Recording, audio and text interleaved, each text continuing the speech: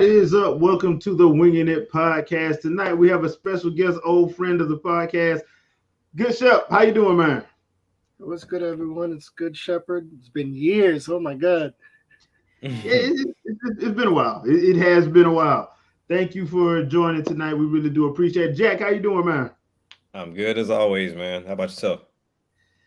Oh boy, I'm better than 343 Studios is right now. So, Right. first things first. So look, man, I don't know what to say about 343 at this point because it just keeps getting worse, in my opinion. First, they had the problems with the rollout of Halo Infinite. People are not happy about it. The team themselves have publicly been mad about the rollout, which normally isn't supposed to happen.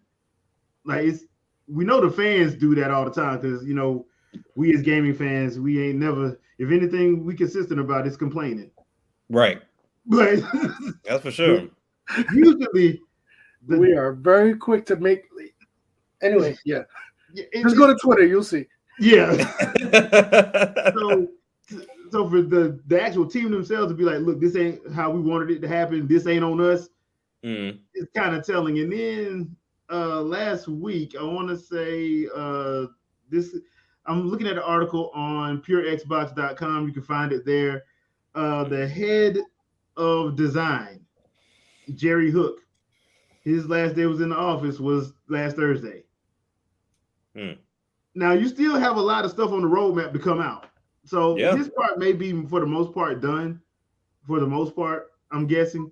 But it's still not a good look after all this other stuff that has been going on. So do you think it was like he was set to leave anyway, or just all of this stuff really is tying into one another? I'm starting to think it's tying into one another. Right. Because it's a cushy job, and it's a cushy job. And by cushy job, I mean, Halo ain't going nowhere, which means you're going to have work. It ain't like other games where you do your game and then, okay, go try to find something else. Yeah. Right. No.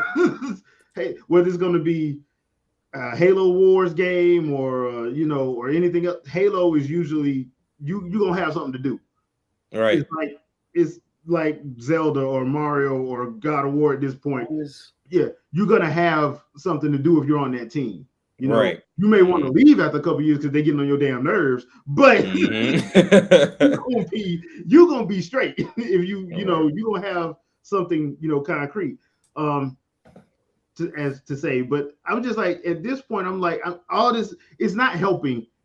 All the negative feedback is what I'm saying. So I wanted to bring this up to you guys because I'm like, I saw this and I'm like, that ain't good, especially to be coming out public right after the whole thing with the rollout, talking about this ain't the roadmap that we were supposed to be on. Coming from the team, I'm like, okay. That was the part that bothered me. Sorry, they couldn't have been waited till later for this. Like, this timing is what bothers me the most. Why now?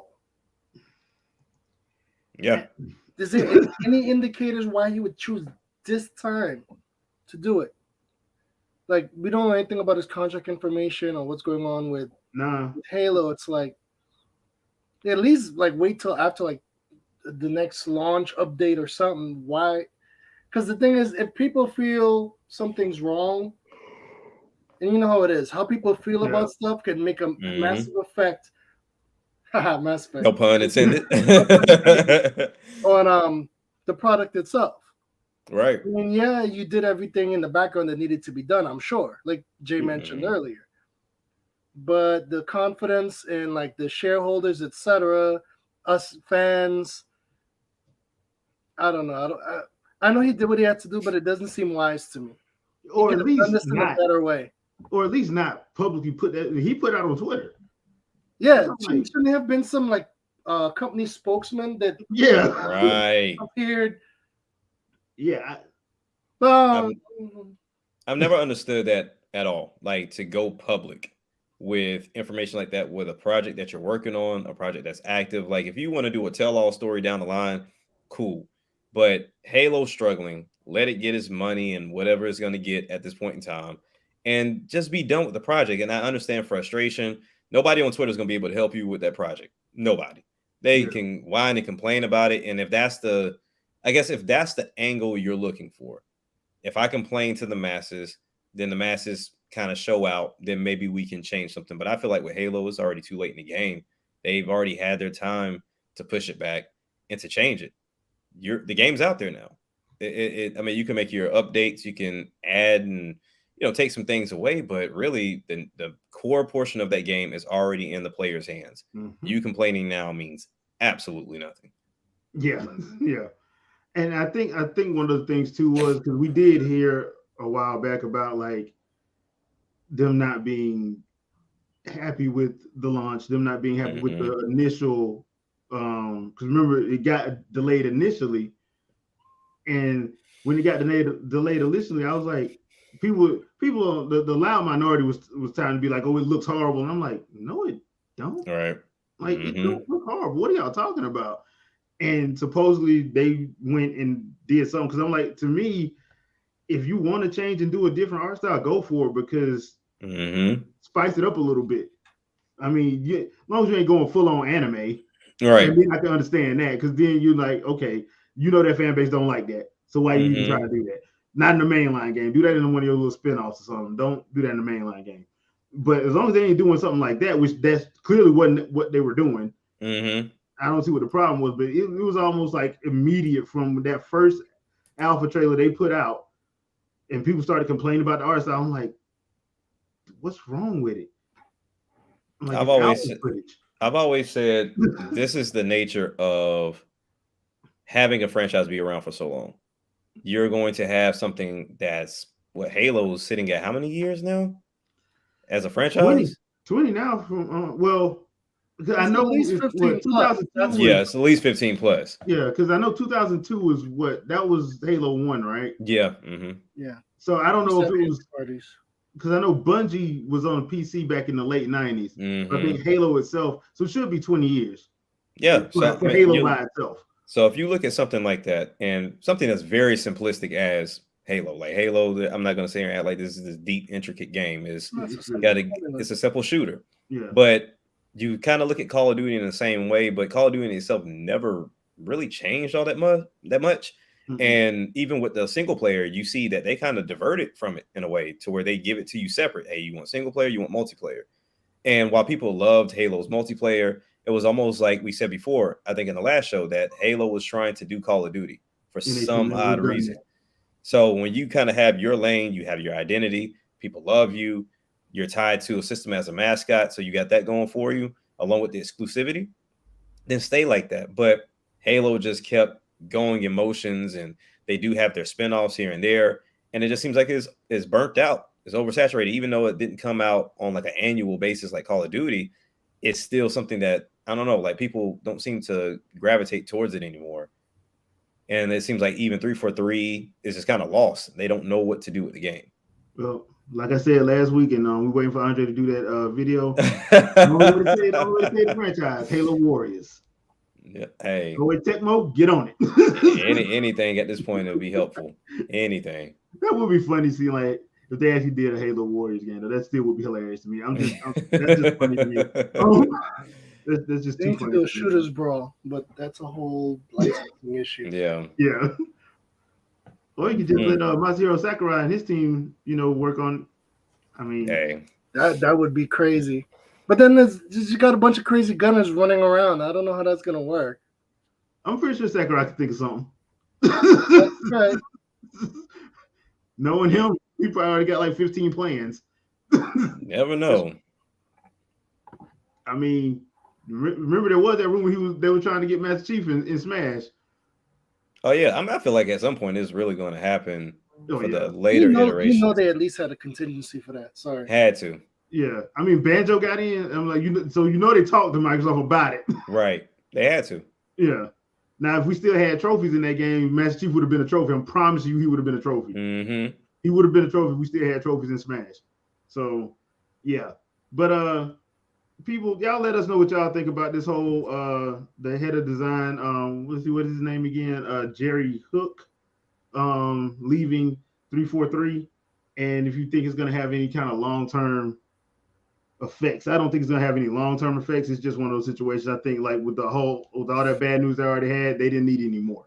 So they really didn't. I mean, 343 is just looking bad. 343 is just really like a bad company right now, and that's just nature of the beast, I guess. Yeah. You can't win them all. So from bad news to worse news. Why not? Let's go. So this article actually comes from Video Games Chronicle. Now, I remember hearing about this. I just didn't know how much. So the Saudi Crown Prince has an investment company. It's called the Public Investment Fund. And it actually came to light that they bought 5% stake in Nintendo. What I did not know was that he actually acquired 96% of SNK. Wow. He has 5% in both Capcom and the South Korean online game publisher Nexon. And then he acquired over $3 billion worth of stock in Activision, Blizzard, Electronic Arts, and Take-Two. Hey. You know what? If I had the money for it, I'd do the same thing. Right. But the one I didn't know because basically when you have 96% of SNK, that basically means you own it. Pretty much. So pretty much. Yeah, which makes me wonder what direction they will take. Yeah, because yeah. I was thinking about that too, because SNK is not that name you hear just randomly popping up with games lately. So. I mean, it's Fatal Fury and King of Fighters what they're known for. Right. So are they gonna work on the collection? Are they gonna revamp the company? Anyway, go ahead. Yeah, it's really interesting to hear that because, like I said, I didn't know about SNK. I just thought SNK was just doing their thing. You know, Japanese company doing their thing. The thing that took me off guard about this was the fact that it was reported that Nintendo didn't even know he bought 5%. Can you imagine that? Just get up one day like he did what? Was it phases? Yeah, you had one person buy this here. A COVID operation. Everybody knows like, Nintendo's one of those companies that they ain't trying to get bought out. Like that's not gonna happen. They've been around for 180 something years. Yeah, they started off with the cards. Yeah, and then they moved up to certain types of hotels. Hey, let them do their thing. I'm pretty sure it's profitable. Japanese people need love right now. Okay, exactly. Look, one way or another, y'all gonna keep our damn fan base growing. That's right. Hey, I'm sure they got Mario and Luigi diapers out there. Oh yeah, they got to. You already know, and then they got to have those panties in the vending machine with them on there too. Yeah, I wasn't trying to go that far, but yeah. Hey, look, I know it's out there. They got to. Wait, that sounded worse than I intended. Right. But yeah, I wanted to get you guys' take on that because I don't think he's gonna make a move on Nintendo. I don't think he would, and I know Nintendo they're not gonna budge. They're not gonna budge on that. It's not like a smart investment, you know. Yeah, it's just the whole thing is this. Sorry to cut you off, Act. Oh, you good? How cool, Action Jack, AJ, Jack, like Jack. Yeah, you can just call me Jack. All right, Jack. Honestly, the smart move for them is just kind of stay silent and watch everything because the reality is this. Nintendo's been a beast, regardless of what people say. When it comes to making a profit, they've been doing just fine for decades. They've had their moments, of course, but overall, they're doing great. Right. If this Saudi Crown Prince is as smart as he's claiming to be, he wouldn't try to rock that boat too much. All right. He about the bread right now. Yeah. So people are like, oh well, you know, he's gonna have them wear the female characters and did it. No. He's about the bread. Now SNK, that's a different story. Yeah. Because that's the one that was just like when you see 96%, I'm like, that's huge. Dude, you own it. So yeah, that's big. But yeah, I agree with that take because even the Wii U that did not sell that many, they made a profit on each console that was sold, which means you still made a profit. So if you if you were a shareholder, you got consistent money, right? You know, it was just one of those situations. I'm like, okay, but once again, I understand because that's the game you play when you making money like that and you doing different investments. That's the game you play. You're like, okay, I'll put 5% here, I get like 3% here, I get 2% here. I'll be like when people find out what like Steve Ballmer and Tim Cook and all them got their hands into, you have no idea how much stuff they got their hands into. Yeah, there's only like maybe a handful of top owners, and then everything else is just a subcategory under them. Yeah, this is typically how it is when you really think about it. The real money makers is multi-revenue. You take a small piece from different sources, and unless the company is falling apart, you don't rock the boat. You just quietly watch. If it's doing well, maybe you put a little bit more money in there. If it's starting to get bad, you pull some of it out. But that's about it. Right. I think everybody's thinking since like the whole Elon Musk Twitter thing, they thinking, oh, he's gonna drop like 44. Nah, that's not gonna happen. Nah, that's not gonna happen. But I will say though, the big percentage of SNK, I'm looking at a list of games from them now, and I put them in the same category as Sega. They really flourish with the arcade scene, whether it's fighters or little quick games here and there, like for you to kind of do multiplayer or just kind of quick run through. At some point, when you look at the success of 1UP Arcade, I don't know if they go the arcade route, but at some point we kind of have to start bringing the arcade genre back. Because I think with the last time we really had it was with the Xbox 360 when they had their own little arcade section online. Yeah, they had the whole little subset. You know what? Yeah. And that's an excellent thought because with the amount of money he has, and the reality is, this has been murmuring for years. Even though arcades has fallen off, it's still there. Yep. There's been murmurs around us older fans and even the younger fans. You need to revive the arcades. Yep. He could literally, with the catalog they have, make a large SNK gaming centers. Yep, sure can. And it could just have, and it could literally just be all the old games, maybe slightly revamped graphics. And you could set it up, and people will pour in. You just have to find the right spots for it, though. Yeah. Exactly, because I mean, honestly, when you look at their games, of course, it's more associated with Neo Geo, but that was expensive. Like, even looking at it now as an adult, I never cared to look at Neo Geo as a kid, but knowing that it's $200 for a game, that's nah, champ. I'm not doing that. But I don't know what they were thinking when they released that. I'm like, bruh. They were going for all profit. You hear me? Technology's on the side now. They could do all of that for much cheaper. Yeah, because I mean, they tried it at one point in time, but I think they just executed it wrong with the little handheld piece they were trying to do that you could plug into the shell for it to go to the TV. Yeah, I'm here for it because I've always wanted to get into using my arcade stick and just having those arcade games and play those with my kids because they enjoy games. But then when you look at like Streets of Rage, what was it? 4? The one that just came out? Yeah. So that's 4. Yeah. My kids ran through that. Like they enjoyed it. They literally stand up the whole time, just jumping up and down, just playing, just going through Streets of Rage. And to know that, okay, if I give them arcade sticks and then these other like huge selection of games, they could probably get into the arcade scene because around here, there's no place for you to really play any arcade games for real that are not already broken or they. They can even team up with Dave and Buster's. Places like that. Because God knows they need it because all they doing is just rehashing mobile games on big ass machines. So yeah, that's kind of sucky to say the least. Are you doing this with Frogger and Temple Run and Guitar Hero? That's all I see half of the time. I think I saw Minecraft the day. Anyways, point is, it's a mess. Yeah. The good old days of having a legit arcade, right? Like with a couple floors of different stuff is a lost art over here in the States. I know, like when my nephew was stationed close to Japan, they would take hops over to Japan. He was like, you would never leave. You can't come over here. Yeah. I was in Japan, and he's right. I'm going back. I don't know how, but I'm going back. Yeah. Uncle, I know you can't. I know you want to get your passport and come over here, but if you come over here, you ain't going back. I'm like, you're right.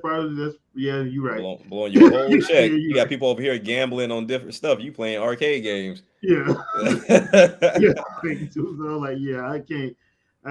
So there's that. But I thought that was a pretty interesting take a little pretty interesting article to jump into. Now, what I'm gonna do right now, we got a quick little rundown for the summer games. Don't get mad at me. We don't have E3. Right? So I had to deal with Jeff Keighley. It's basically just a pseudo E3, but anyway. Yeah. Yep. I had to deal with Jeff Keighley's stuff. So look, you act like that's not your favorite guy. Yeah, you act like that's not your favorite guy. I mean, hey, I know who your favorite guy lit up last time. All right, but so we did get like a list of times. So if you guys want to know, the opening showcase for Summer Game Fest is going to start June 9th. That's 11 a.m. Pacific, 2 p.m. Eastern, 7 p.m. UK, and 8 p.m. I guess for everybody else. Right. The next day is the Netflix Geek Week Gaming. They did that last year at E3, but it was a hodgepodge of stuff they were talking about. They weren't even talking about. They talked about like 3 games, and the rest of them started talking about streaming shows. So right. I don't know what they're gonna do this year, but that is June 10th at 10 a.m. Pacific, 1 p.m. Eastern, 6 p.m. UK, and 7 p.m. for everybody else. Tribeca Games is also on the 10th. That's at noon Pacific, 3 Eastern, 8 p.m. UK, 9 p.m. for everybody else. Then we got the Xbox and Bethesda Game Showcase on the 12th, which I told y'all about last week. That's 10 a.m. Pacific, 1 p.m. Eastern, and 6 p.m. UK. We also got the Guerrilla Games Collective presentation on the 11th, but they haven't put a time yet. So as soon as I find out what the time on that one is, I'll let everybody know. But I know there's people saying that because we don't know what Sony's gonna do, and Sony has skipped out the last 2 E3s and even their own event, so I don't know what they're doing.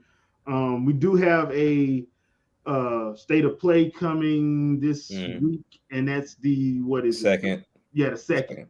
So we got that. That's at 2 p.m. I think they kind of count that towards 6 p.m.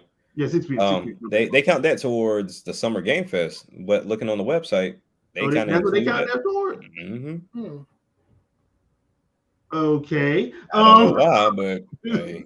Okay, all right, whatever. Nintendo hasn't said what they're doing, but I'm just assuming, just going off last year, if Microsoft's doing theirs at 12, I'm guessing on the 12th, I'm guessing Nintendo's doing theirs either the 14th or the 15th. Yep.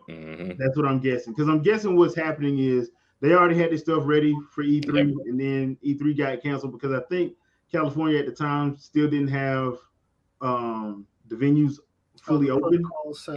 Yeah, so they just decided to cancel it, which makes sense from a health and safety standard. Right. So they already had this, and we already know Nintendo already does digital directs anyway, so they still probably been ready to go. But if I was a betting man, I'd say it's either going to be the 14th or the 15th. Right. Just to be honest. Now, I would love for them to bring back the Treehouse Live, but if I were them, I'd just do it from Seattle. Yeah. I was in Seattle if I was them. Yeah. They should be back in the office by now. Everybody else is. Yeah. Well, looking at this and even the lineup, honestly, the only thing I'm really looking forward to is the fact that Sony may actually, from what they have listed here, they're showing off PSVR 2 games. That's the only thing I'm really interested in, because I'm curious if they botched this off top, because the rumor is they have 20 games ready to showcase. Okay. Now, this can be 20 games as in, hey, these are the games you already have, but we gave you a VR experience in, or these can be from the ground up VR games. And that's what I'm interested in. Because granted, like everybody knows here on the show, I've already given away my PS5. I already sold it.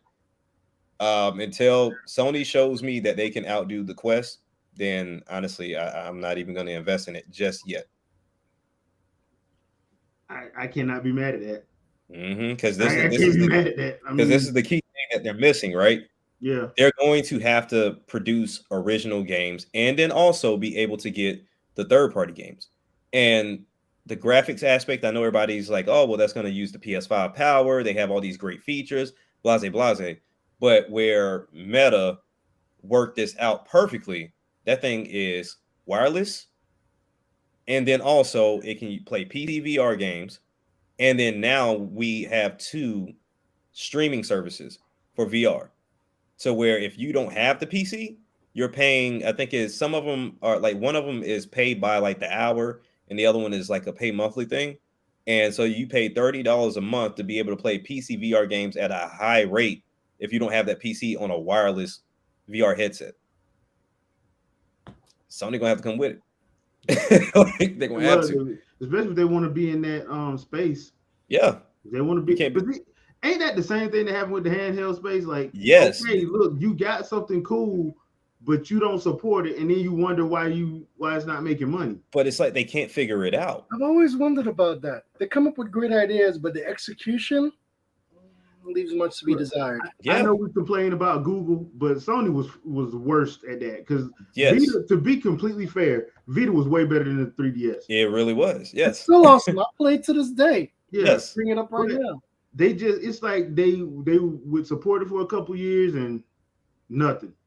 I think the whole AT&T cellular thing, not to mention like the proprietary memory cards, killed that big time. But even then, with that one design flaw, they could have bit them in the. Let's be honest, they overdid it, and then to compensate the cost, they forced the propriety thing. Yeah, which is almost always a big no for us gamers. Yeah, and that's big. I mean, when you look at Vita, like any system, it has its flaws. Like I didn't like the design of not having having the trigger buttons and using that touchpad on the back. I didn't like that. That was kind of weird. Yeah, that was weird for me. And then when you talk about developers didn't use it. Exactly. Yeah. And then when you talk about the memory cards, that was expensive as hell. But I understood it because coming from that PSP era, that thing was hackable left and right. So I can understand that. But, you kind of have to take your safety precautions. And then, like you said, they didn't support it. So every time we talk about Sony has been successful in the console genre and what seems like the console genre only. They make great phones. Hell, they just dropped a fantastic phone, a fantastic Android phone, but nobody's talking about it. Unless you go to certain content creators, no one's talking about the Sony phone. And that thing is amazing. Camera's amazing. The UI is amazing. Everything about that phone is amazing. But because Sony's not known for that really, outside of maybe phones from time to time and definitely their TVs, the PlayStation is the only thing that gets bought up. And then even then, it's not like they really make that type of profit on it. They sell a lot, but there's no true profit that seems to come from it. Not because they spend so much making it. Yeah. It's hard for me to, it's like they're usually in the red for about at least 3.5 years. Yeah, they need a new finance department for sure. The finance department has been because they come up with, for as long as I've known Sony, they've come up with all these great ideas, and then they shoot themselves in the foot financially.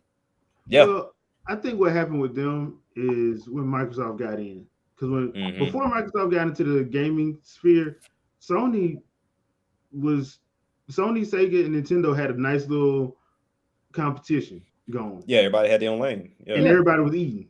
Everybody was eating good. Gamers were eating good. They were eating good. Sony actually had, exclusives. Yeah. Hell, they had Square Enix to themselves for the most part. And then Microsoft comes in, and then it's kind of like, oh, we're a conglomerate too. We can keep up with them. Y'all ain't got Microsoft money.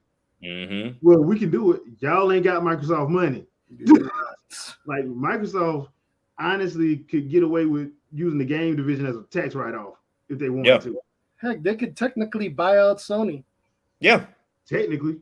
Twice over. Especially now since they had to sell off a lot of their divisions. Bro, because like the thing that surprised me about the whole Sony thing was like that deal with Marvel for Spider-Man just brought them in free money. Yeah, pretty much. The audacity that they had to be like, we weren't going to renew that contract. I'm like, are you crazy? You are a fool for that one. Ain't no way. Oh, dude, we re-up in that contract every 3 years if it's me at the head of Sony. We re-up in that contract. Whatever you need, Marvel. Right, exactly. Oh, y'all want to use some characters? Have at them. That's pride, once again. And that's exactly what it is. You can't run your business with pride. Yeah. Because when you look at the whole, I guess you could say, spectrum of Sony could really be at the top of a lot of areas. Because I used to, when I was working at Best Buy for a little bit as a part-time job, the TVs, fantastic. When, like I said before, with the Android phone, fantastic. The console, fantastic. The handhelds were fantastic. And then when we look at, I don't know about the PC laptop side of things because I don't really get into it. The headphones, they're fantastic. Like the new ones they just dropped. And then even the last year versions, like like Sony does a hell of a job with their product. It's just like they don't either market it right, or I don't know what the case is, but for them to have this many great products and PlayStation is the only thing that you talk about, they could have been at the top of a lot of genres right now. Yeah, but you can't do that when you're trying to keep up with the Joneses. Yeah, the Joneses can afford to like have $2 billion losses. You can't. It's a clash of ideologies as well. The thing is, remember, this is a Japanese-based company originally. Like, Nintendo still baffles my mind because they have the same problems, but Nintendo actually managed to turn that in a way that favors them. Sony just went a whole other direction.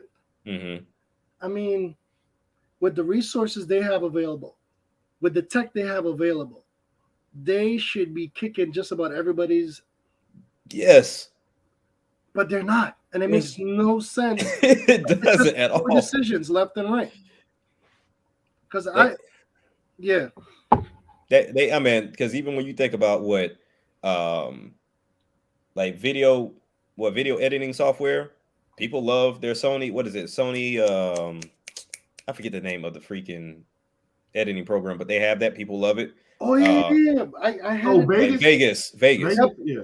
Like you got people that like Vegas. And then, like I said, they just have everything they can. Like they were even still selling Walkman, and people would love that because you still, you got those that like to go out here and really record nature and get sounds. And then even as a music producers, you want to go out here and just sample sounds so you can put it within your music.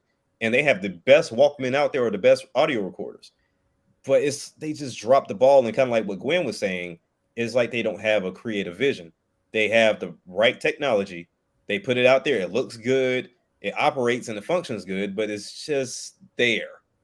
Like there's no reason. Like I said, me being a nerd in with phones, there's no reason that it's not Apple, Samsung, Sony that they're talking about right now.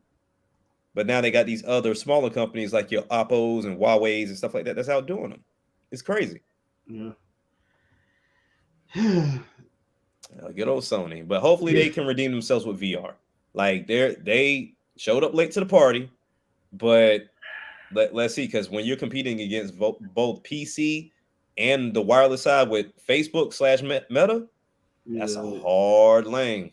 I want them to succeed simply because it'll help keep the balance. There should usually be three major companies that kind of go back and forth. But I'm not holding my breath over this. But Valve's involved now.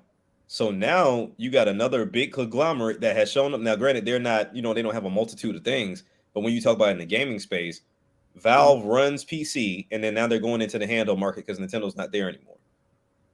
So what do you do? Because now we're talking about a hybrid space, whether you enter the Switch in there, and even with the Steam Deck, you can plug it up and do that whole thing. Sony, we talked about this before as far as the future for these companies. Nintendo's future is going to be Nintendo. Like, they're going to always be creative. We already know where they're going. They can do what they want to do. Microsoft may subscribe you to death, along with, releasing other means of how you play their games, whether it's a cloud or on the PC or whatever. I don't see a positive or a straight future for Sony. I don't. As popular as they are, they let too many franchises go. A lot of places, a lot of games they did have exclusive are now third party. They didn't hold on to anything. Because I think the biggest mistake they did was letting Square Enix go back to being third party. Yep. But then again, I don't see them being able to, because Square Enix lost their mind. They want to make $50 million games every year. But do you see them doing that when they have one home? Opposed to now having to spread the seed everywhere. You have to keep that in mind. They're like, they no longer have the protection of Sony, so they're trying to figure out how to keep going. Right. Here's a thought. Super Mario RPG 2.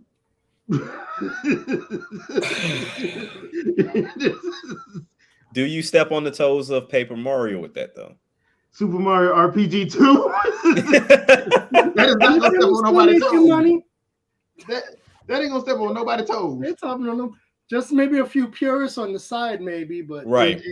And people will be like, "We don't care about you." So that's true. That's true because okay. that name alone, it carries weight. Especially if you do like that HD 2D that they love that they've been playing with.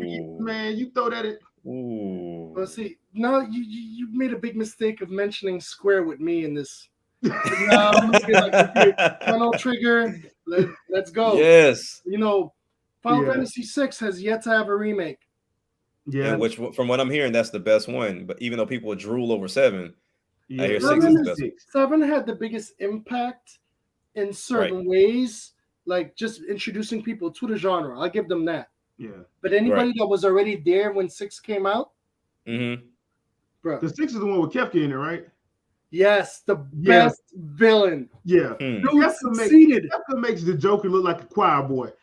yeah. He's the Joker with God powers. Yeah. So yeah, that one, because I know they're redoing 9. They're remaking 9. They've let that out, they let that cat out the bag. I'm like, why? But okay. I'm like, because like you said, why don't I just do 6? Right. And Tactics and call it a day. Why'd you have to say Tactics in front of me? Those are the 2 favorites though. That's what I'm saying. Those are the favorites. No, I'm not. Hear people talk about they want back and Chrono Trigger. Those are the ones that I hear legit. So I have every version of Tactics you could get your hands on. Yeah. Yeah, Trinell. Yeah, like Dio, but crazier. You're right. Yeah. Like Dio, crazier. Like even Dio be like, dude, you need to bring it down a little bit, man. So yeah. I mean, Square, like many other companies, has a beloved history that they just don't touch. And I get it, because I think they were saying like with certain reports, they've been trying to bring Chrono back, but they're scared because of if we drop this and it doesn't do like it should do based off of the reception that people have been putting out, this could ruin the name of Chrono Trigger. But I get what they're saying, but a lot of these reasons make no sense, because you could literally use the engine for Trials of Mana, tweak it, and do everything Chrono Trigger, maybe upgrade the music a little bit. Well, I don't think they should touch it, but they're going to have to. They're going to have to. They're going to have to because they were using MIDIs. They're going to have to. Oh yeah, that's true. Well, then might as well go all in. Yeah. You know, create a whole new soundtrack, use that engine, and they're guaranteed sales. Yeah, they'll at least get a couple million sales. They'll get that from the pre-orders alone. Because from my understanding, Cross didn't do that well because they botched that somehow. They Chrono Cross. Let me be clear. Chrono Cross is a great game. Right. Their mistake is that they didn't do it in a good way as a sequel. That's what I Chrono heard. Trigger. Yeah. If they would have made that a completely separate game on its own, the gamers would have been more receptive to its shortcomings. Yeah. But everybody was still hyped for Chrono Trigger and was like, all right, more Chrono Trigger. Wait a minute. What in the... Hey, I know Akira Toriyama ain't working on nothing because Dragon Ball just finished. Where is his artwork at? Yeah, it's just, I'll admit it. I almost threw, like in the first couple of minutes, I almost threw my CD out of my PlayStation. Dang. I was so upset because I was listen. Chrono Trigger is one of the few games I've beaten multiple times. Right. And enjoyed every single time. Well, no, there was one time I raged, but anyways, we don't talk about that. We don't talk about Bruno. So, sorry, I have ADHD. What were we talking about? Chrono Trigger and Cross. Yeah. But long story short, with the catalogs available, there's no real excuse. Yes, I understand they don't want to ruin it. Right. But all the stuff they've ruined was because they made shortcuts. That's true. For example, I give them props. They actually did a good job with the Final Fantasy VII remaster. It took them forever, but people loved it left and right. I'm not even a huge fan of Final Fantasy VII. I loved the remaster. I enjoyed it thoroughly. It's not my cup of tea normally, but for what it was very enjoyable. Okay. And this is coming from a guy that's like the Final Fantasy VI faction. Yeah. The thing is, they just need to do it. They need to be like the old Square, like the old video games. They need to take a risk. If you want to make a profit, you got to take a risk. Just rip the Band-Aid off. Yeah. Just rip the Band-Aid and go for it. Easier said than done. And I'm just a regular schmo. You know, it's not my money being invested, but. But at this point, like with Chrono Trigger, I think that would be a cheaper remaster to do. Yeah. Because what they did with Final Fantasy VII, that cost them a crap ton of money. Exactly. And it's not even finished. That's the worst part about it. I don't think people would want them to do that to Trigger. No. Finish the game. Just use the Trials of Mana engine. They can literally use that engine. Yeah, use that engine and go from there. Because one of the things because I am a huge Akira Toriyama fan, I love his artwork, so I would not want his art style to be messed with. I want that art style. Yeah, there has to be that art style. So, I mean, that's what I would want because to me, that's what that game is. So, I would want, and they can't say they can't do it because I saw Blue Dragon on what was it, 360. It can work. It can work. It can work. Dragon Quest. It can work. So you do that. And yeah, we will see. I wonder why they didn't put Chrono in freaking Smash Brothers. I feel like there's some got to be something with that franchise with those characters that is got some legal wrappings to it that we don't know nothing about. There must be something behind the scenes. Yeah, that's really. You know what? I wouldn't be surprised, but if that's the case, we still have Dragon Quest. Yeah, we still have Trials of Mana, and that they were all tied in with him. So. Yeah, that's unless there's really somebody behind that. Yeah. Because like, I mean, you don't see them make any cameos, nothing. And you would make money from that real easy. Like the last thing I saw was them doing the what was it, the DS when they brought it over to DS, the DS port of Chrono Trigger. That's the last thing I ever seen about Chrono Trigger. That's nuts, man. And I'm like, okay, because I would have thought. That would have been the first thing they when they start talking about doing remakes and stuff, especially with the HD 2D stuff, like they're doing with Dragon Quest 3. I thought that was gonna be the first thing they were gonna do was Chrono Trigger. No, I'm convinced. You're right. It has to be something because Square's notorious for blatantly using it within their universe. Because I play their Brave Exvius and I play War of Division and all the other games, and I've yet to see. So there has to be something going on with the IP. So question, because this will lead to what I think, like my theory as into what's going on. Was Trials of Mana exclusive to the Switch?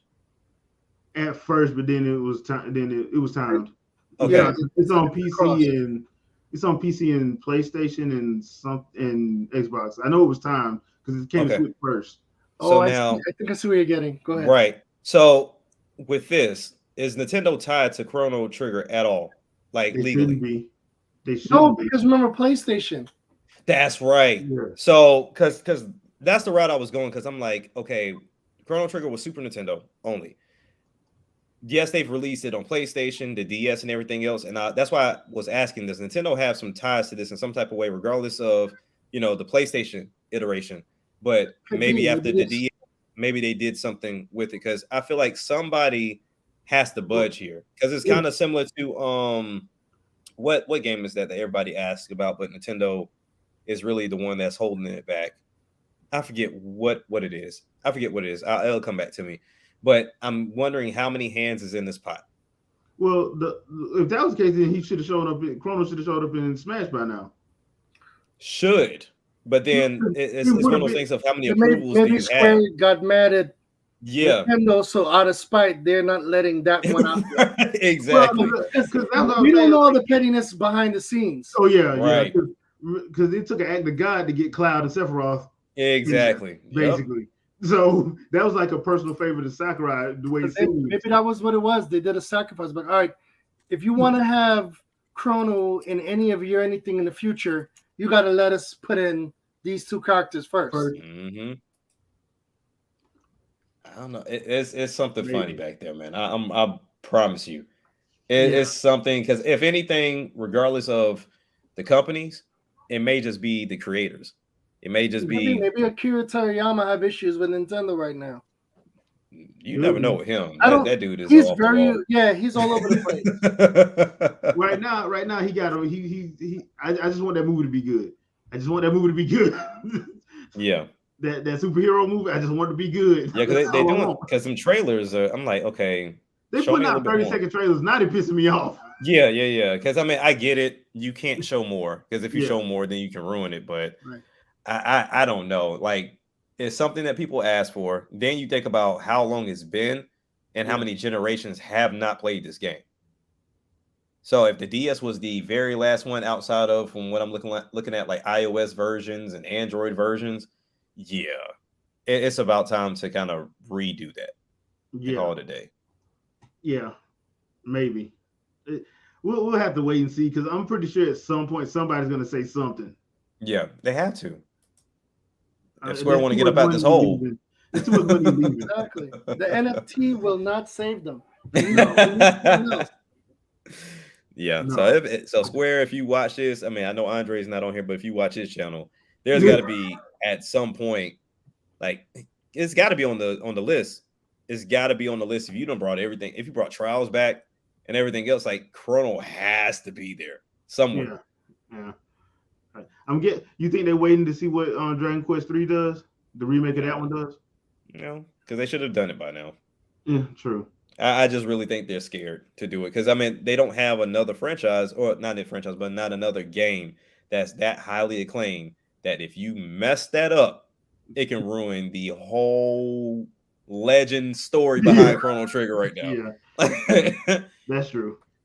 What bugs me the most about this whole scenario is for years their claim why they never remade 7 was they didn't want to mess it up. That's because they had such a big reputation. So is it Sony admitting that 6 is better than 7? You're not have to troll up here to 7 fanboys. Because let's be honest, if you drop 6, right, the same way, and the people are like, oh, that kills 7. It kills it. But here's the thing, though. I will say this. With 6 will be a lot harder. Because how will you depict them in this modern era? Would you go with like the formula Nintendo used with Diamond and Pearl, with super deformed? That might have gone well with a lot of people.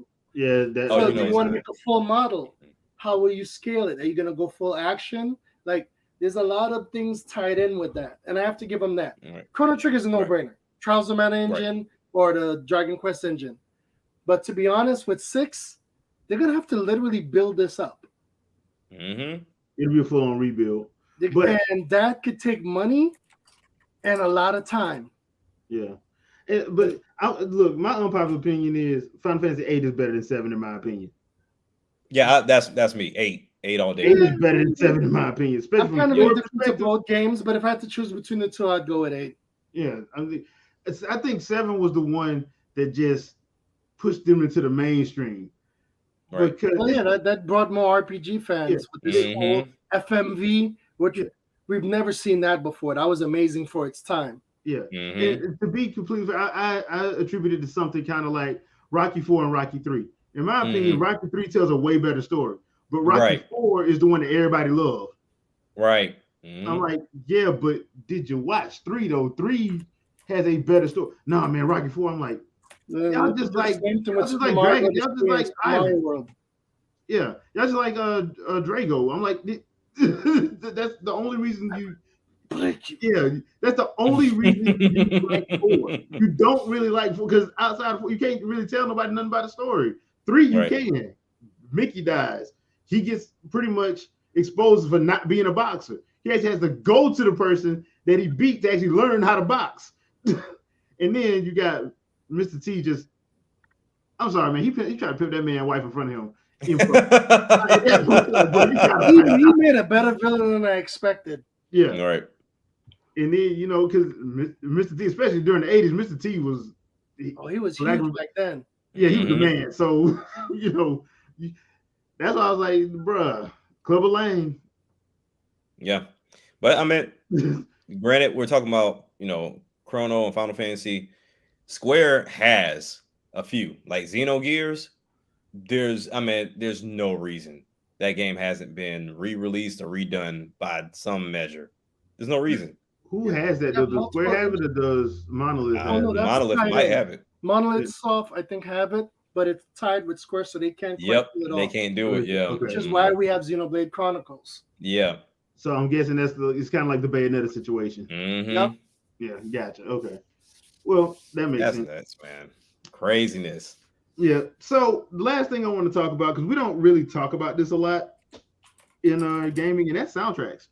The soundtracks. If you're watching a movie, a soundtrack can make or break a movie. I've seen plenty of bad movies, but the soundtrack was off the chain. I've seen plenty of great movies, and the soundtrack be like, who did this? They mute their games, and sometimes they turn the volume up. Yeah. So I wanted to get you guys' opinion on something, because I'm going to say another unpopular opinion, and this is coming from a Zelda head. The original Breath of the Wild, I did not like the music in it. It was too, there wasn't no music to me at a lot of times. It just was too, I get the whole making the whole atmosphere thing and all that, but I didn't like that. But you want to know what I did like? What's that? I liked when Koei Tecmo did the soundtrack for Age of Calamity. Okay. Because the Age of Calamity music has remixes of pretty much everybody's theme. The remix they do for Link is basically a remix of the original Legend of Zelda theme. It's fire. They put so many like tight themes in there. I'm like, why won't they sell the soundtrack over here? Then I realized I'm like, they never hardly ever sell soundtracks. The games over here in the States. Well, in the past they did. Yeah. There's ways around it, because I can go to Play Asia and get it, and then just rip it off the CD if I wanted to. I just don't want to do that. Yeah. I just don't want to do that at this point. But like there are a lot of great soundtracks. Like Xenoblade Chronicles X, that soundtrack is amazing. Yeah. Sometimes though the music don't go with what you're doing, but at all. No. But it is a good soundtrack. But that's the key thing. Like when you mention Breath of the Wild, right? I can see why they did what they did, like you mentioned, as far as like the atmosphere. Yeah. But if you have a game to where you're doing a lot of exploring, I don't know how annoying having constant music in the background is going to be. Because like even with Xeno, I kind of get burnt out if I'm out grinding and you just hear the same music over and over and over. It can kind of get a little redundant. But when you think about like you said, Age of Calamity, that's high, fast-paced action. I need rock. I need I need energy. I'm out here knocking out 500, 600 goblins. Like I need that urge. I need that. I need all of that. But a game to where it seems like they just want you to just be in the game and just kind of be, in the moment. I can understand it. I feel like a lot of music will be a little. It would be, but I was thinking more of a balance thing. You know what I'm saying? Because my only problem with Breath of the Wild's soundtrack is the fact that it's not balanced out, because sometimes it's just too atmospheric. That I'll give you that. I'll give you that. So I'm just like, I want to hear. It's a little too. Okay, I could see that. Like, I think Wind Waker did it perfect, where it had like there was moments where it was atmospheric, and there was moments where you hear the theme in the background. You know, the so I was like, you know what? I actually kind of like that.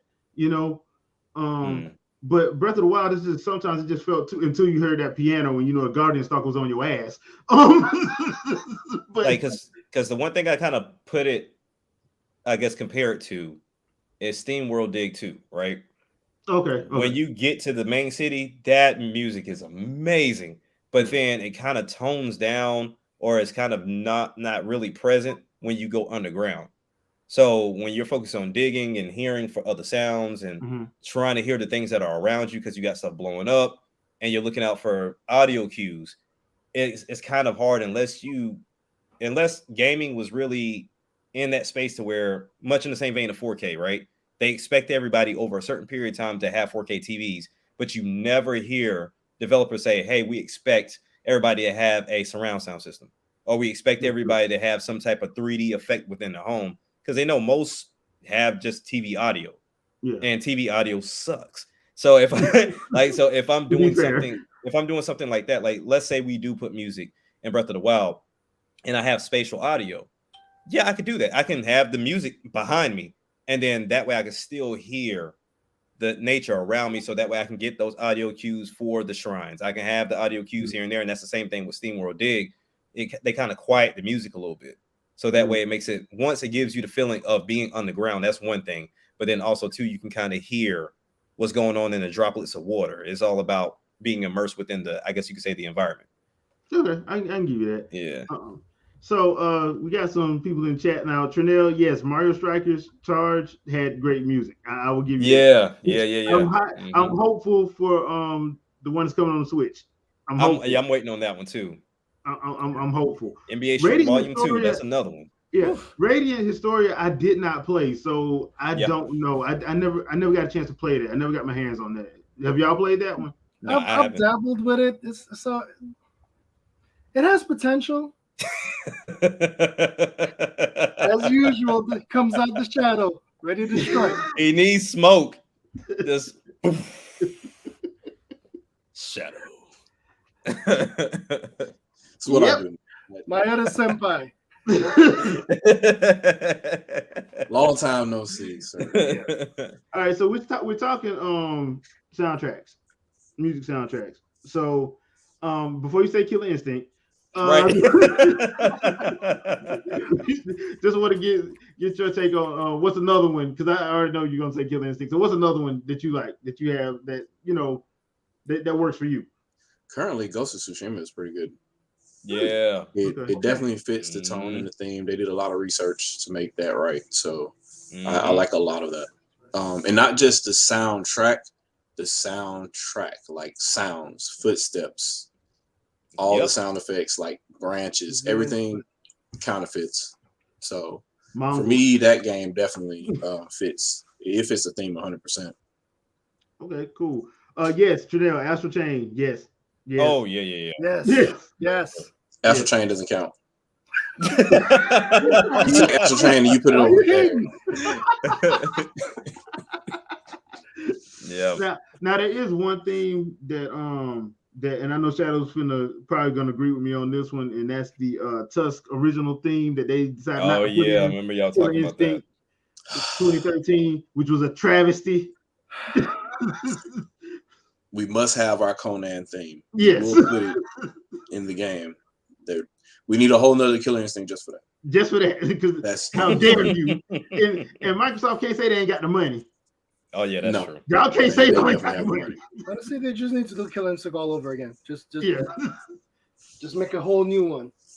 Now, Darkwood, you do bring up something interesting. Resident Evil. So my favorite soundtrack out of those games was the original Code Veronica. I liked that soundtrack. I don't think a soundtrack with Resident Evil. I've never really had an issue with any Capcom soundtrack, though. They've usually been on point from my recollection. Yeah. I'm just saying, like, as far as like my favorite out of that the original Code Veronica was something about the original Code Veronica, how they did it, how they did the music and the sounds in that game, that it was better than the other two. Now, close second is Resident Evil 2. RE2 was just on a whole nother level for me. Right. Because that's one of the few games that actually scared the hell out of me. Like, seriously, legit scared me. Like, let's be real. RE4, Code Veronica, 5 and 6, they're more fun and guns. Yeah, RE4 was more stress, scary kind of. Yeah, I was gonna say, okay. It's more stress. Like, you're like, yeah, I'm overwhelmed, bro. Like, instead of jump scare. I'm in this bottleneck. I only one way out, and my shotgun just ran out of bullets. Well, Leon, about to have to start over again from this last age, because you about to die. So right. Code Veronica had a really good soundtrack. I like why can I not think of the name of this game? It came out for 3DS and Wii U. I can't think of the name of that game. And it had a sequel. You mean I can't think of the name of it right now. The Chronicles? No, not Dark Side Chronicles and Umbrella Chronicles. It was Revelations? Yeah, Revelations. Yeah. That's it. Revelations. Revelations is moody in the same way Call of Duty Infinite Warfare was moody. It's like this weird kind of like ambient kind of soundtrack to it. Right. So like real just like low ambient noise kind of, let's not even make a beat type thing. So right. I did kind of like those because of it kind of fit what you were doing in that game. So right. Yeah, I love the immersion. It helps a whole lot. Yeah, that's key. People don't understand that. Like music gets overlooked, it doesn't get mentioned. Sounds, just building atmosphere. If you took that music out, it ruins the game. Yep. Castlevania Symphony of the Night's another good one. Yeah. The Castlevania soundtracks and the Sonic soundtracks work. Sonic's always on point. Yeah. That's one thing Sega gets right. Is Sonic soundtracks. Sonic soundtracks are great. Yeah. The game is alright, but the soundtracks is always on point. The games are a whole other different story. I haven't heard a bad Castlevania soundtrack. They're all good. Now I will say this: I did like the what Rondo of Blood, aka I forgot what the other name of it was called, the one with Richter on it. I do have a special place in my heart for that one, just because of how it starts off, that first level soundtrack, and it just keeps building. The first level music and it keeps building. I'm surprised no rapper has sampled that yet. I'm just surprised at this point. Which one is that? The Rondo of Blood, Dracula X. Yeah, Dracula X, Rondo of Blood. I've heard Symphony of the Night be some of those tracks over there be sampled. I've heard that, but I've never heard like Rondo or Dracula X be sampled. I'm surprised nobody's done that yet. Interesting. You might have given me a project. You might have given me something to do. You talking about the Dracula X on the PSP? Was it? I don't remember. Dracula X was on TurboGrafx 16, and they did do a re-release. I played it on the PSP personally. I think it was on PSP, didn't they? Did they re-release it on PSP? Yeah, I know they re-released. Was it part of that pack? I don't remember. Oh yeah, because it was on numerous collections. So what collections was that on? Rondo of Blood. Google. It was the Chronicles. It was on the Dracula Chronicles. Oh, that's what it was. Okay. Yeah. See it. That was the one on. Yeah, that's the one I had. Yep. Dracula X Chronicles. That's the one I had. Yeah. So it was on Super Nintendo as well? Yeah, Super Nintendo was Rondo of Blood. It was called Rondo of Blood, though. Very rare version. I never played the Super Nintendo version. But I love how they one thing I enjoy about games like that is when they bring up the music and when certain events they soften it to enhance the other atmospheric sounds to really pull you in. You know what I'm talking about? Yeah, because that I gotta give Konami props. Back in the 90s, Konami, they knew what they were doing on the soundtracks, man. A lot of people did, and it's just like, what happened now? Yeah, you had to put that work in. Yeah, like Koji Kondo and the guy from Square Enix, Uematsu. They're probably gonna always be my favorite two game music composers. Right. Period. Like Kondo, hands down, because that dude can play a multitude of instruments. I did not know that. That's amazing. That is amazing. Especially when you showed up at the Game Awards and just bust out the piano with Imagine Dragons. Right. Awesome. I'm like, okay. Their song. Like, Dracula X is a remake of Rondo of Blood, and for Super Nintendo, and that version was in multiple collections. Castlevania Advanced Collection, and that came out on everything. Gotcha. Okay. And there's now, as far as like other okay, so we know Sonic always had something good. Crazy Taxi was not bad. Crazy Taxi. I was gonna ask you, do we count soundtracks? Right. I was about to say, do we count soundtracks that just pull in music that's already out there? Or do we talk about like original soundtracks? Well, here's the thing. The thing about like the stuff like Grand Theft Auto and Crazy Taxi stuff like that is like, I think it works because they're supposed to be pulling in, because Crazy Taxi is supposed to be getting stuff off the radio. So it kind of works. As long as the music's in the right place, yeah, you can get away with it not being original content. Yeah. But I guess that creates like an unfair scenario though, because then you got games like Grand Theft Auto and obviously other games like that. Man, look, the only Grand Theft Auto soundtrack I will recognize is Vice City. Man, That's it.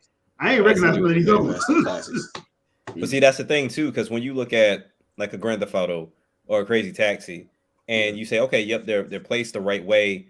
I kind of look back. Well, I kind of look at Grand Theft Auto and NBA 2K, for example, right? Mm-hmm. So if you look at Grand Theft Auto, everything in that game is made up, but the music, even the commercials, the radio stations, the cars, it's all made up, but the music is real. And then the same thing with 2K, like they're different now.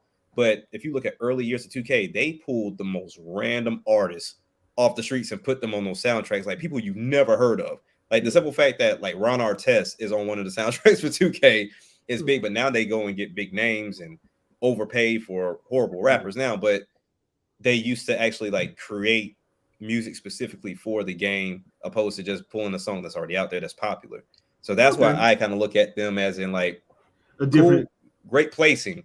Yeah. But if you have your whole world that's fictional, like you need to have fictional music. Exactly, right. Okay, that makes sense.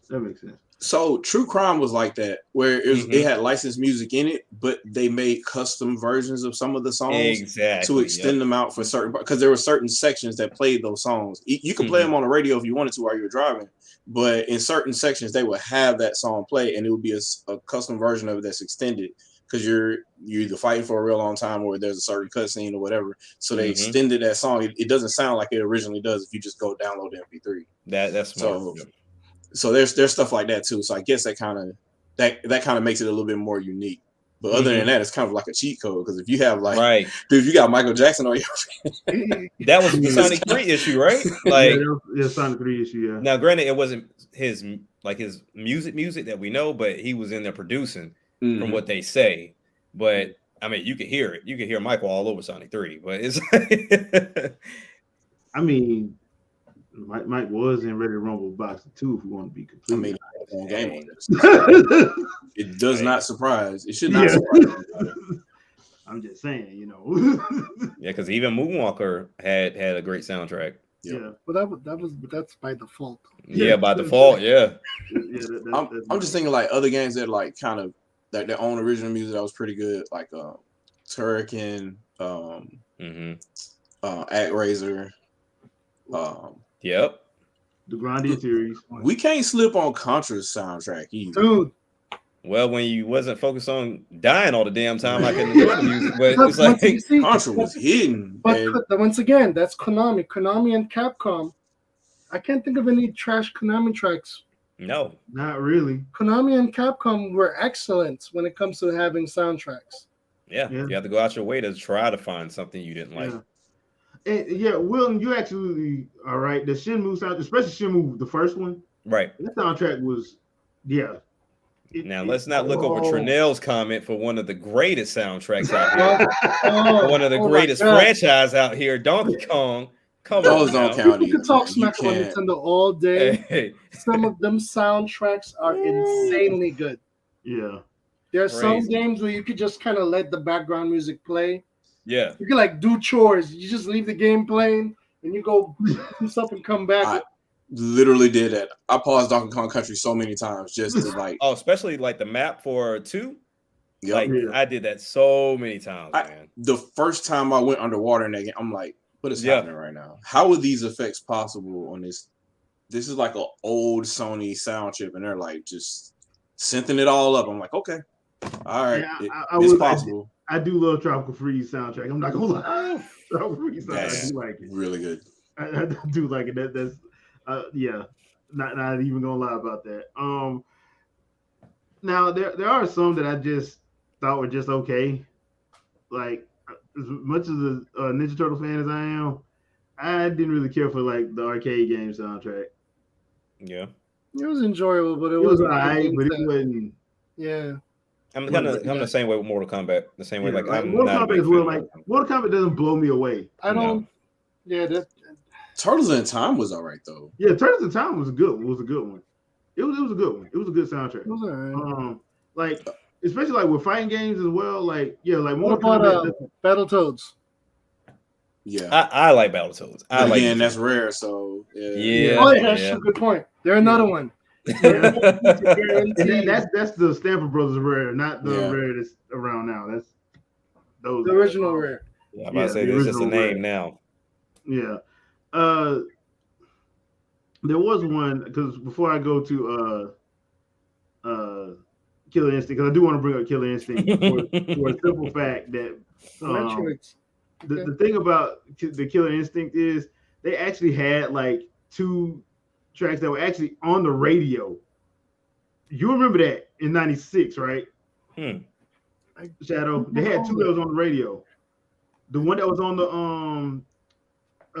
one they used to play for Oracle Combo? The Killer Combo one. Oh, that actually played on the radio. And I'm like, they actually played it. I'm like, wait a minute. I mean, I could definitely see that happening overseas. Here, yeah, for sure. That's a surprise. Dude, because I remember it playing because I would never forget. I was in high school and I'm sitting there like, I was in Boston. Okay, I'm like, Killer Combo is playing on what? Yeah, like who playing this? And so, like the same person that did Orchid's theme song did the nightclub theme song in Conker's Bad Fur Day. And that was just, I'm like, this is some pre-Skrillex, just straight trance, glow sticks everywhere. Just now, Conker is a weird game, but look, everything hit. Yeah, see, I don't like when you're on the cast, Shadow, because then you got me want to play a bunch of games I don't have access to right now. Man, these are moments, man. Like.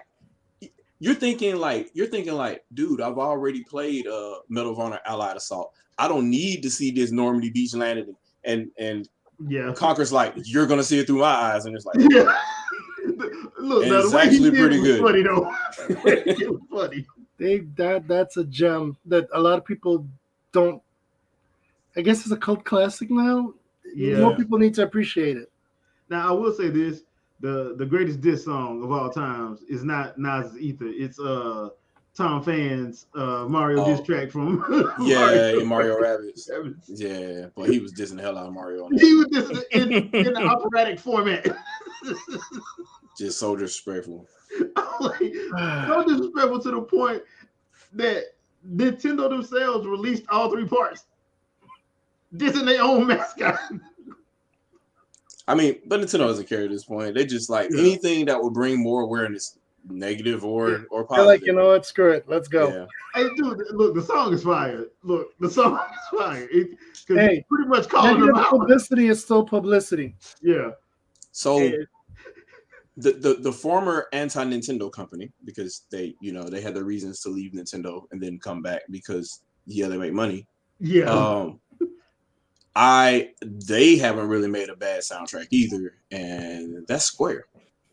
Yeah. Square Soft. I mean, obviously Enix, they do their own things too.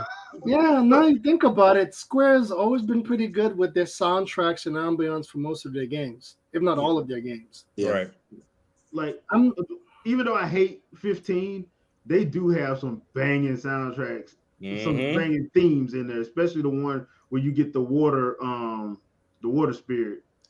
With different sounds too. There was one game I didn't like the soundtrack, but which one was it? It was really bad. Probably 10-2. Probably 10-2. 10-2 or 12. Because 12, I was not feeling 12. 12 was they were doing their Xenoblade thing, so it just didn't work because it wasn't Final Fantasy. But the thing is, like, I felt like 12, much like other games, it just came in at the wrong time. My thing is, if 12 was its own, that's a kind of like Chrono Cross, but better. Yeah. If it was its own entity, 12 would be much better. Because I personally loved 12, but not as a Final Fantasy title. Right. Just as for what it is in its own little world, yeah. Mm-hmm. Yeah. Because like Shadow said, Xeno, like that was their intent. Yeah. Yeah, boy, did that blow up in their face. But they made a lot of last minute changes that put them in the butt too. that they did a whole lot of last minute changes. Like we all know, Vaughn was not the real protagonist. Right. Yeah, he wasn't. There was supposed to be Bosch, right? I think. Yeah, it was supposed to be Bosch. Yeah, they did a whole bunch of. They wanted to make things popular and more cool, so they should have left the original, but it might have been too dark, so that's why they did what they did. Yeah, I'm just glad there was a person of color somewhere in the party. I was like, that works for me. Right, that's fine. Half animal, okay, great. Still, we have somebody other than a stereotype as a character. What you mean, like Final Fantasy 13's brother with the animal struggle bowl? You like that? They didn't learn after 7. Like No, they didn't. No, they wasn't gonna learn. I mean, what did the annoyed me, but I could tolerate it. Saz pissed me off. Look, what did the honest trailer guy say? Saz, I don't know how you say his name. The honest trailer guys were like, and this is Japan's attempt at black people. They show Barrett from Final Fantasy 7. And Fran was fine, so at least she was attractive. Yeah, that's something. Yeah, it's like they couldn't just here's Fran. Like they had well, let's add all this extras. I'm like, okay, whatever. Whatever y'all gotta do, that's fine. That works for me. Does that mean Rondo's black? I mean, technically Jago is, since Orchid is. Yeah, so that's what it seemed like. Yeah, and they supposed to be half brother and half sister. Yeah, yeah, whatever works. Yeah, I mean, first Tibetan black person I've ever seen, but but hey, I'll ride with it. I'll rock with it. Yeah. So, I not trying to bring it back to Killer. We're supposed to end at Killer Instinct, right? Well, so parties. Dark Void said Metroid games, and I didn't want to mention I don't think that counts either because we're talking about Nintendo Legends creating the original tunes and stuff like that. And you just remix that, it's gonna be moody and it's gonna work. Like I don't know how you screw that up. Here's the thing about Metroid though. Like 3 Corruption works. Metroid Prime 3 Corruption works. Dread works. Their soundtracks work. Prime 1, Prime 2, even the Super Metroid. I think they delved way in on the atmosphere. And I don't know. You feel it sacrificed the soundtrack itself? Yeah. But like with 3, I understand with 3. Because with Metroid Prime, the Prime series is supposed to be kind of more on the action adventure side. Not completely, but more on it. And even Dread's more, I'd say Dread's more action adventure than, full on side scroller. Especially by the time you're done upgrading. Yeah. Man, by the time you're done upgrading, it's just combat all across the screen. By the time you're done upgrading, everything dies. Yeah. That's pretty much what it is. Especially when she goes Super Saiyan green. Yeah. You say green?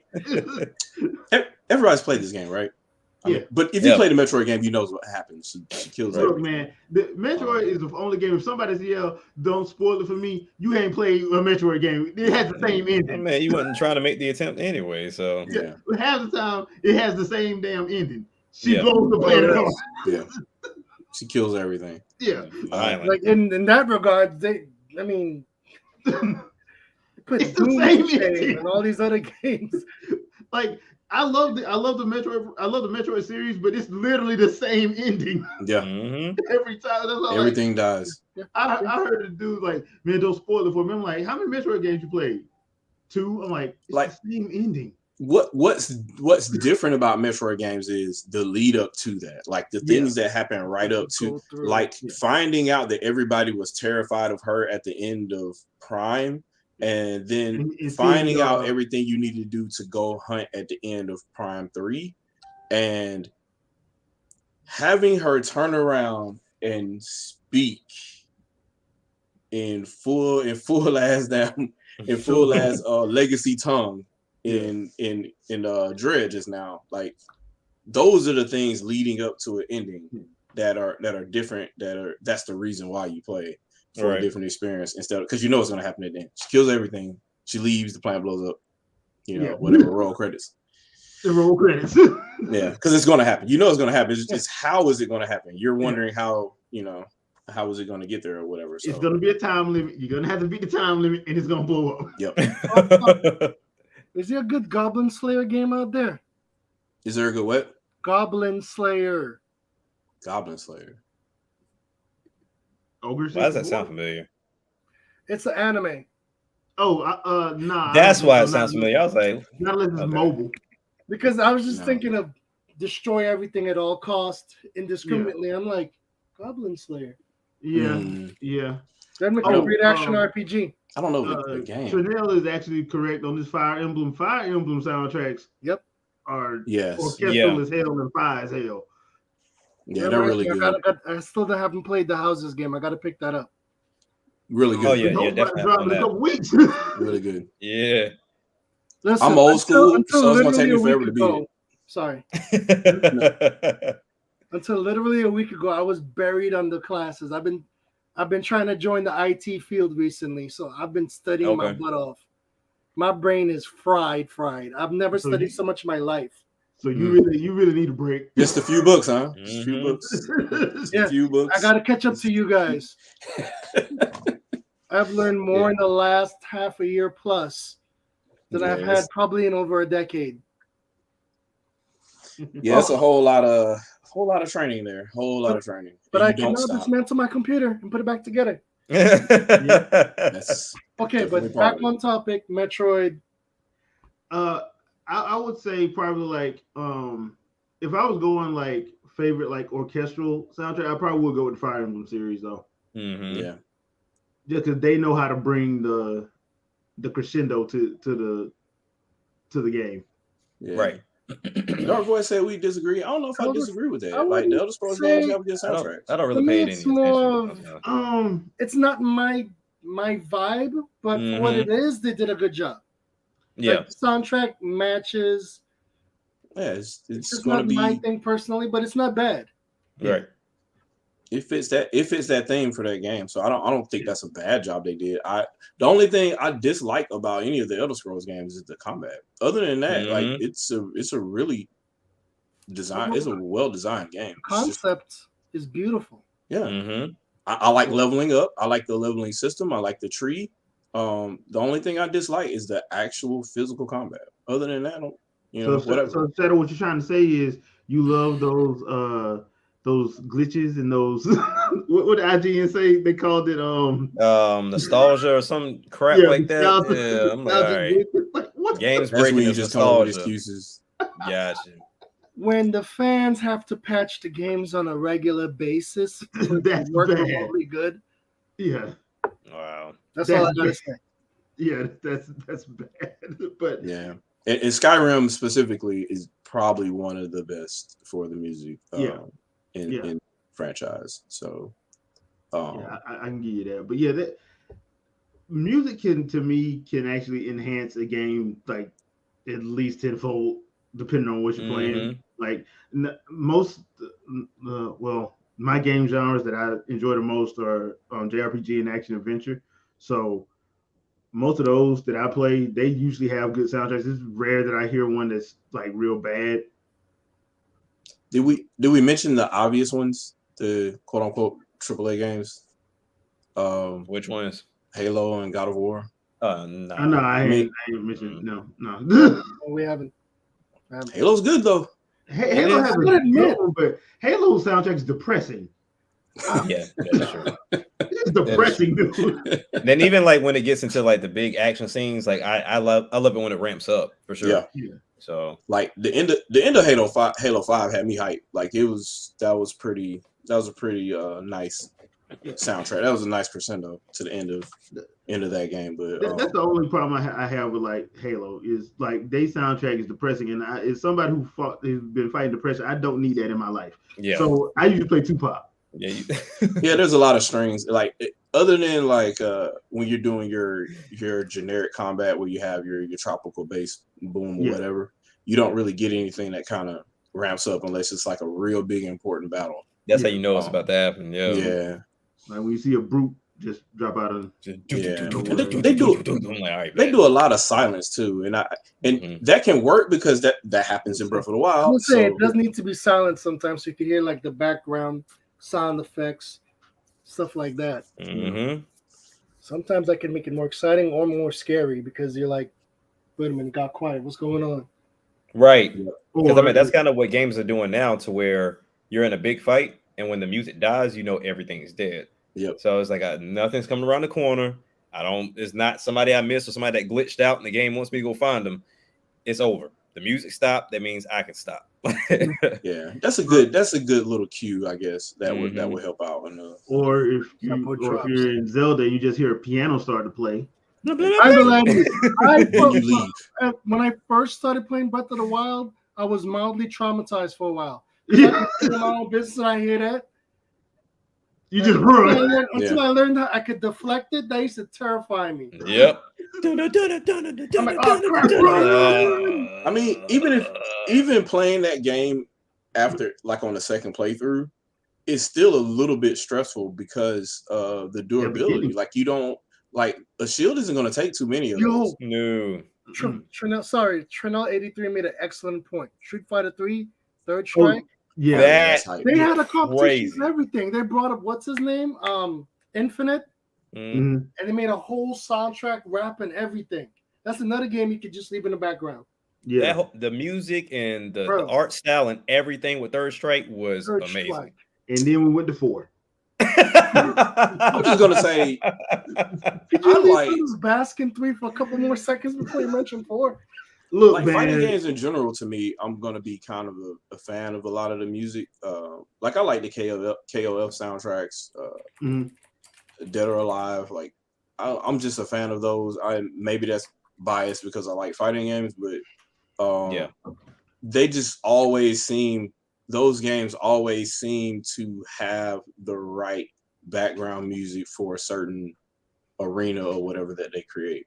There seems to be some type of theme that they get, and they always seem to match. Like, unless you play some really bad fighting games, for the most part, the above average fighting game that you play have that part down.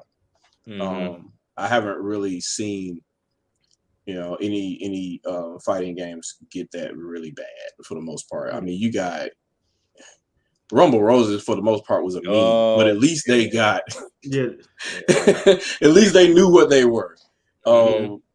It's thinking about Samurai Showdown. I'm the first thing I'm thinking in my mind. You talk about fighting game, I'm like, I'm gonna take you for a ride. Yep. And, oh wow! And it's just, Marvel's Capcom 2. It plays over. Get out of your head. And it just loops. Yep. Like who hears that and doesn't see the character select screen? Like I don't. Right. See, thanks, Shadow. That's gonna be my head for the next half an hour. That's Shadow's job, man. But yeah, I think that's gonna do it for this episode. Thanks everybody in the chat. Thank you, my panel. I do appreciate you guys for stopping through tonight. Jack, anything you want to pimp out? Nah, man. Just of course, like, subscribe. Definitely spread the word for the channel. I mean, definitely seeing the view counts go up and seeing people truly interact. So, I mean, I thank everybody that came through with the comments. It's always great to just have these type of conversations because, we all talked to Sandstorm about that when he posted that as into why we all got into this. So it's definitely big to kind of be able to create your own space and have people come into it and interact and just kind of get out of the nonsense of what is Twitter most of the time. But yeah, definitely like, comment, subscribe, and follow everybody here if they have their channels for sure. Yep. All right, Shadow. Since I do nothing but destroy trolls on Twitter, the devouring souls on a daily basis, like a damn habit. It's so what I will say is channel's dead because I'm working on some stuff, but once it comes back up, I'll start doing the Shadowcast on Wednesdays again. And just tune in from there. Y'all know what to do, how to like, subscribe, donate, all the other kind of foolishness that's usually in the description of all my videos. Like and subscribe to everybody you see here. And yeah, you'll see what we got going on. And y'all know what my quotes are. You know what I normally say all the time. I'm not saying it today. I don't feel like I just got through barbecuing. I'm feeling real good right now. Okay, smelling smoky. Okay. Yeah, I'm gonna call it a night. So, yeah. But no, that's all I got. So. All right. Shep, any final thoughts? I'm not gonna say anything major. Now that I've reemerged, I'm gonna slowly start. Not anytime soon, but I'm gonna slowly revive my channel. Start doing more collaborations with everybody. I'm about life. I'm about gaming. I'm about growth. I don't have to agree with you, but let's converse because I can learn something and you can learn something. Yep. I've always been about that. Anybody who's seen me around in the past, live, learn, grow. That's been my motto, and I still stick to that. That's big, for sure. So, all righty. Watching you. Yep. Thanks, Dark Void. State of Play, the 2nd, 6 p.m. We will be doing live reaction. Please gotta be something good. Never know, man. Knack 3. I said it. That was a joke. No, it ain't, because that's gonna be a VR game. Watch what I tell you. They said 20 AAA 20. Yeah, so this is Ballerina to Shin, the new game coming out. I'm down for that. But thank you guys for watching. Thank you for hanging with us for an hour and a half. We really do appreciate it. We will see you guys on Thursday the 2nd, so we can do this live reaction, and we'll see you guys on next Sunday. We will be doing. I do have a fresh take on Sunday mornings. We will be looking at Kenobi. So we did the first 2 episodes today. Vicky's gonna kill me, and it did pretty well. So if you have a chance, if you watched the first 2 episodes of Kenobi on Disney Plus, give that a look.